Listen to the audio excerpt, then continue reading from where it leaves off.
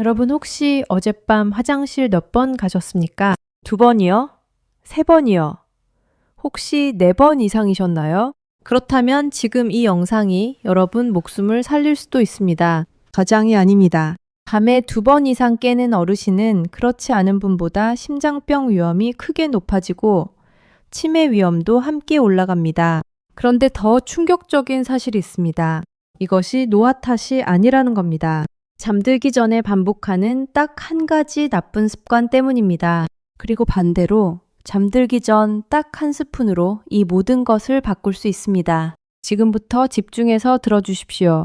오늘 말씀드릴 내용은 크게 6가지입니다. 첫째, 왜 나이 들면 밤마다 화장실을 가게 되는지 진짜 원인을 알려드립니다. 둘째, 왜 이것이 단순한 불편함이 아니라 생명과 연결된 문제인지 설명드립니다. 셋째, 지금까지 잘못 알고 계셨던 상식들을 바로잡아 드립니다. 넷째, 잠들기 전 한 스푼이 몸에서 어떻게 작용하는지 알려드립니다. 다섯째, 오늘 밤부터 바로 실천할 수 있는 구체적인 방법을 드립니다. 여섯째, 효과를 2배로 높이는 저녁 습관까지 말씀드리겠습니다. 끝까지 함께 해주시면 오늘 밤이 달라집니다. 자, 시작하겠습니다. 첫 번째 이야기입니다. 왜 60이 넘으면 밤마다 화장실에 가게 되는 걸까요? 많은 분들이 이렇게 말씀하십니다. 나이 들면 원래 그런 거지. 방광이 약해진 거야. 별 수 없어. 그러면서 그냥 참고 지내십니다. 그런데 여러분, 이건 정확하지 않은 이야기입니다. 방광이 약해진 것만이 문제가 아니거든요. 진짜 원인은 따로 있습니다. 바로 우리 몸속 호르몬입니다. 우리 몸에는 항이뇨 호르몬이라는 것이 있습니다. 이름이 어렵죠? 쉽게 말씀드리겠습니다. 이 호르몬은 밤이 되면 신장에 이렇게 명령을 내립니다. 이제 밤이니까 소변 만드는 것을 줄여라. 쉬어도 된다. 그런데 분명히 저녁에 물을 별로 안 마셨는데 새벽에 2번, 3번 깨시는 경험 말입니다. 그게 바로 이 때문입니다. 마신 물의 양이 문제가 아니라 몸의 리듬이 흐트러진 것이 문제입니다. 여기에 한 가지 더 겹칩니다. 방광이 예민해지는 현상입니다. 젊었을 때 방광은 어느 정도 소변이 가득 찰 때까지 참을성 있게 기다립니다. 마치 새 화재 경보기처럼요. 진짜 불이 났을 때만 울리는 거죠. 그런데 나이가 들면 이 경보기가 낡아버립니다. 토스트 조금 탄 연기에도 난리가 나는 낡은 경보기처럼 방광이 조금만 차도 뇌에 긴급 신호를 보내는 겁니다.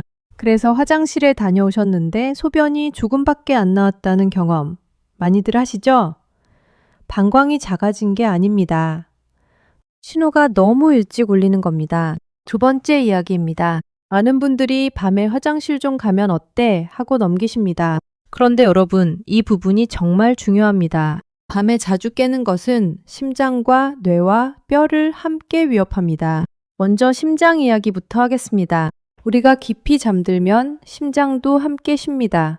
혈압이 자연스럽게 내려가면서 심장이 휴식을 취하는 거죠. 트럭에 비유해 볼까요? 낮에는 무거운 짐을 싣고 종일 달린 트럭이, 밤에는 주차장에서 엔진을 끄고 정비를 받아야 합니다. 그래야 다음날 또 달릴 수 있죠. 그런데 밤새 화장실을 오가며 계속 잠이 깨면 어떻게 될까요? 트럭이 주차장에 들어갔는데도 엔진을 끄지 못하고 계속 공회전하는 상태가 되는 겁니다. 심장은 밤새 제대로 쉬지 못합니다. 이 상태가 반복되면 혈관과 심장에 무리가 쌓입니다. 국내 심혈관 관련 연구 결과들은 야간 수면 중단이 반복될수록 고혈압 조절이 어려워지고 심혈관계 부담이 늘어난다고 말하고 있습니다. 특히 새벽 4시에서 6시 사이가 가장 위험합니다. 이 시간대에 몸은 서서히 혈압을 올리며 깨어날 준비를 합니다. 그런데 밤새 제대로 쉬지 못한 신장과 혈관이 이 변화를 감당하기 어렵습니다. 심장마비와 뇌졸중이 새벽에 특히 많이 발생하는 이유가 바로 여기에 있습니다. 다음은 뇌 이야기입니다. 깊이 잠드는 동안 뇌에서는 아주 중요한 청소 작업이 이루어집니다. 낮 동안 뇌 안에 쌓인 노폐물들을 씻어내는 거죠. 가게에 비유해 볼게요. 낮에는 손님을 맞고 물건을 팔고 계산을 하느라 쉴 틈이 없습니다. 그러다 보면 바닥에 쓰레기도 쌓이고 먼지도 끼죠. 가게 문을 닫은 밤에 청소를 해야 다음날 깔끔하게 손님을 맞을 수 있습니다. 수면이 바로 그 청소 시간입니다. 그런데 밤마다 자꾸 깨면 어떻게 될까요? 청소를 제대로 못하는 거죠. 뇌 안에 노폐물이 쌓이기 시작합니다. 이 노폐물이 바로 치매, 알츠하이머와 관련이 있다고 수면의학 연구들은 말합니다. 수면이 자주 중단될수록 기억력이 떨어지고 인지 기능이 빨리 나빠진다는 연구 결과가 국내외에 꾸준히 나오고 있습니다. 혹시 최근 들어 손주 이름이 순간 생각이 안 나신 적 있으세요? 냉장고 앞에 가서 뭘 꺼내려 했는지 잊어버리신 적은요? 이것이 단순한 노화가 아니라 깨진 수면의 결과일 수 있습니다. 마지막으로 낙상 이야기입니다. 이게 가장 현실적인 위험입니다. 아직 잠에서 덜 깬 상태로 어두운 집안을 걷는 것. 상상만 해도 아찔하지 않으신가요? 관절도 예전 같지 않고 시력도 밝을 때와 어두울 때가 많이 다르시잖아요. 보건당국 통계를 보면 60세 이상 고관절 골절의 상당 부분이 밤이나 새벽에 화장실을 오가다가 발생합니다. 그리고 고관절 골절은 단순한 뼈 부러짐이 아닙니다. 수술과 긴 입원, 긴 재활 과정이 따라옵니다. 여러분의 침실에서 화장실까지 밤에 안전한 환경이 되어 있으신가요? 센서 등이나 야간 조명은 있으신가요? 바닥에 미끄럼 방지 매트는 깔려 있으신가요? 지금 바로 한번 확인해 보시기 바랍니다. 세 번째 이야기입니다. 첫 번째 잘못된 상식. 저녁에 물을 아예 안 마시면 된다. 많은 분들이 밤에 화장실 가기 싫어서 저녁 6시 이후로는 물을 거의 드시지 않습니다. 이해가 되죠?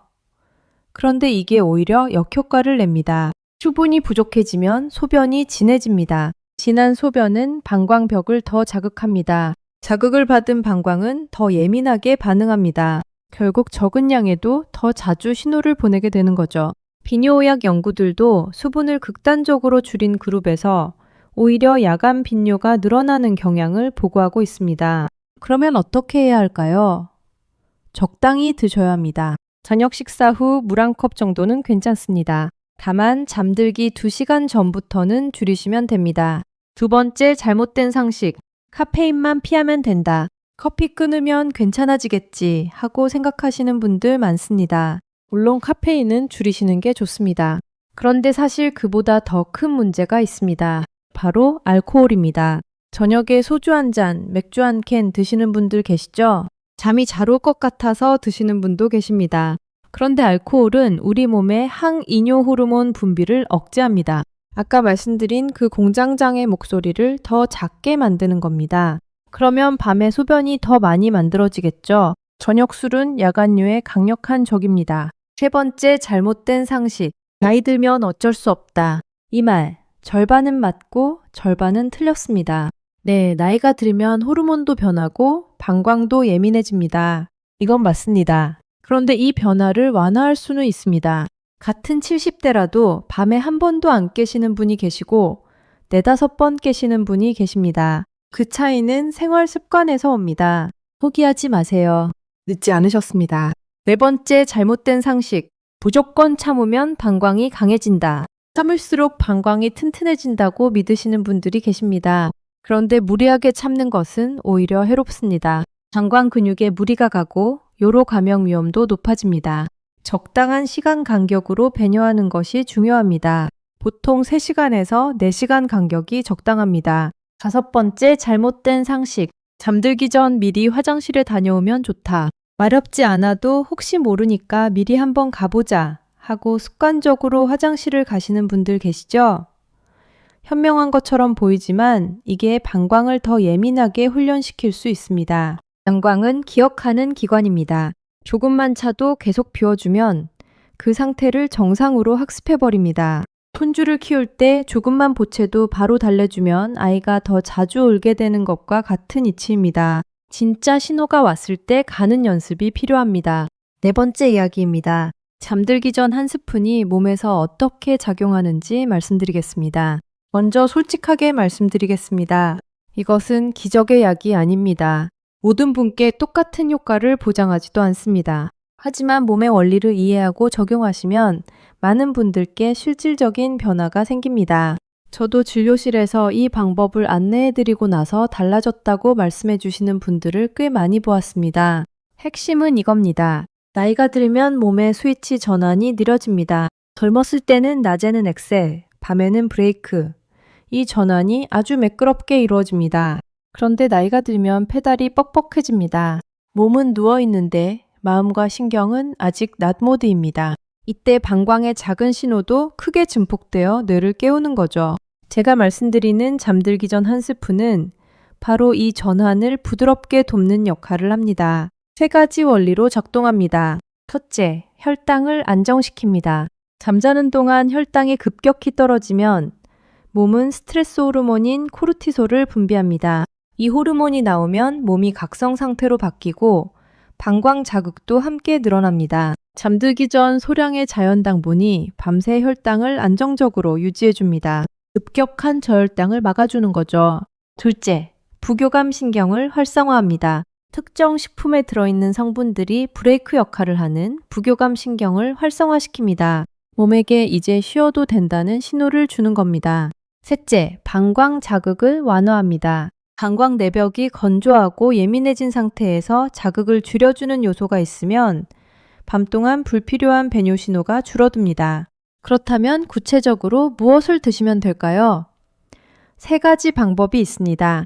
이 중 하나만 선택하시면 됩니다. 첫 번째, 천연꿀 한 스푼입니다. 작은 숟가락으로 딱 한 스푼, 약 5g 정도입니다. 오래 타지 마시고 그냥 드세요. 두 번째, 바나나 반 개입니다. 바나나에는 마그네슘과 칼륨이 풍부합니다. 이 두 가지 미네랄이 근육을 이완시키고 신경을 안정시킵니다. 세 번째, 아몬드 7알입니다. 아몬드에는 마그네슘이 풍부합니다. 근육 이완과 신경 안정에 꼭 필요한 성분이죠. 건강한 지방과 단백질이 함께 들어있어서 밤새 혈당을 천천히 유지해줍니다. 세 가지를 동시에 드시면 안 됩니다. 양이 많아지면 오히려 소화기관이 자극되어 밤에 더 깨실 수 있습니다. 하나만 선택하세요. 달콤한 것을 좋아하시면 꿀, 과일을 좋아하시면 바나나, 견과류를 좋아하시면 아몬드, 기호에 맞게 고르시면 됩니다. 효과는 비슷합니다. 제가 가장 많이 추천하는 것은 꿀입니다. 양을 조절하기 가장 쉽기 때문입니다. 숟가락 하나, 정확하게 한 스푼만 드시면 됩니다. 간단합니다. 다섯 번째 이야기입니다.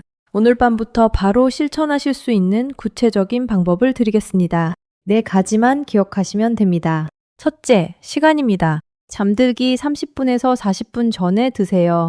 둘째, 양입니다. 반드시 한 스푼만 드세요. 좋다고 2스푼, 3스푼 드시면 안 됩니다. 더 많이 드시면 소화기관이 자극되어 오히려 밤에 깨실 수 있습니다. 셋째, 물 없이 드세요. 물과 함께 드시면 위장이 다시 움직이기 시작합니다. 그 신호가 신장과 방광으로 전달되어 밤중 소변 신호가 활성화될 수 있습니다. 그냥 그대로만 드세요. 넷째, 최소 2주 이상 꾸준히 하세요. 다섯째, 기록하세요. 밤에 몇 번 깨셨는지 간단히 메모해 두세요. 숫자만 적어도 됩니다. 여섯째, 예외 상황을 확인하세요. 장뇨가 있으신 분은 반드시 주치의와 상담하신 후 시작하세요. 여러분도 하실 수 있습니다. 마지막 여섯 번째 이야기입니다. 한 스푼의 효과를 2배로 높여주는 저녁 습관들을 알려드리겠습니다. 첫째, 저녁 식사 시간을 앞당기세요. 가능하면 저녁 알겁시 이전에 식사를 마치세요. 해가 지면 우리 몸의 소화 기능과 신진대사가 자연스럽게 속도를 늦춥니다. 이때 늦게 드시면 몸은 쉬어야 할 시간에 계속 일을 하게 됩니다. 그 여파가 방광 자극으로 이어질 수 있습니다. 처음에는 어색하실 수 있습니다. 하지만 일주일만 해보시면 몸이 먼저 적응합니다. 둘째, 잠들기 2시간 전부터 음료를 줄이세요. 따뜻한 우유 한 잔, 따뜻한 차 한 잔이 위안이 되신다는 분들 많습니다. 그런데 밤 시간에 액체가 들어가면 몸이 다시 처리 모드로 전환됩니다. 신장과 방광도 함께 움직이기 시작하죠. 위로가 필요하시다면 음료 대신 따뜻한 조명 아래에서 조용히 몸을 풀어주는 것이 더 좋습니다.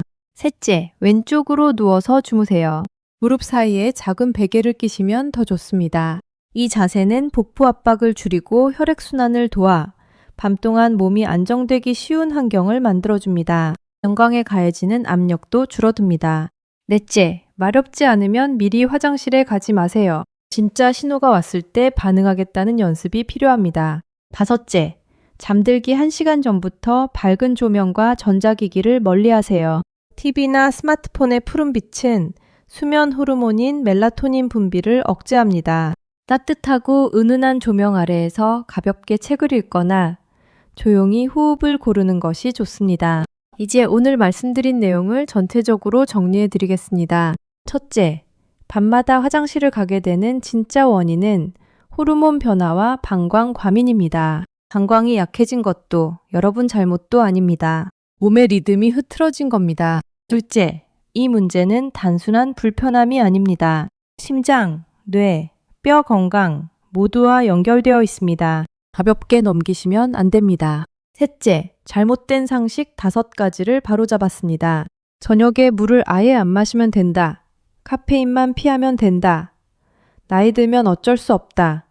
무조건 참으면 좋다. 미리 화장실에 다녀오면 좋다. 이 5가지 이제 잊어주세요. 넷째, 잠들기 전 한 스푼이 혈당 안정, 부교감 신경 활성화, 방광 자극 완화의 3가지 원리로 작용합니다. 다섯째, 꿀, 바나나, 아몬드 중 하나를 선택해 잠들기 30분에서 40분 전에 물 없이 2주 이상 꾸준히 드시면 됩니다. 여섯째, 저녁 식사는 알겁시 이전에 잠들기 2시간 전부터 음료를 줄이고 왼쪽으로 누워 밝은 조명을 피하고 아침 햇빛을 챙기고 낮에 30분 걷기를 하세요. 어렵지 않습니다. 돈도 안 듭니다. 오늘 밤부터 시작하실 수 있습니다. 완벽한 밤을 목표로 하지 마세요.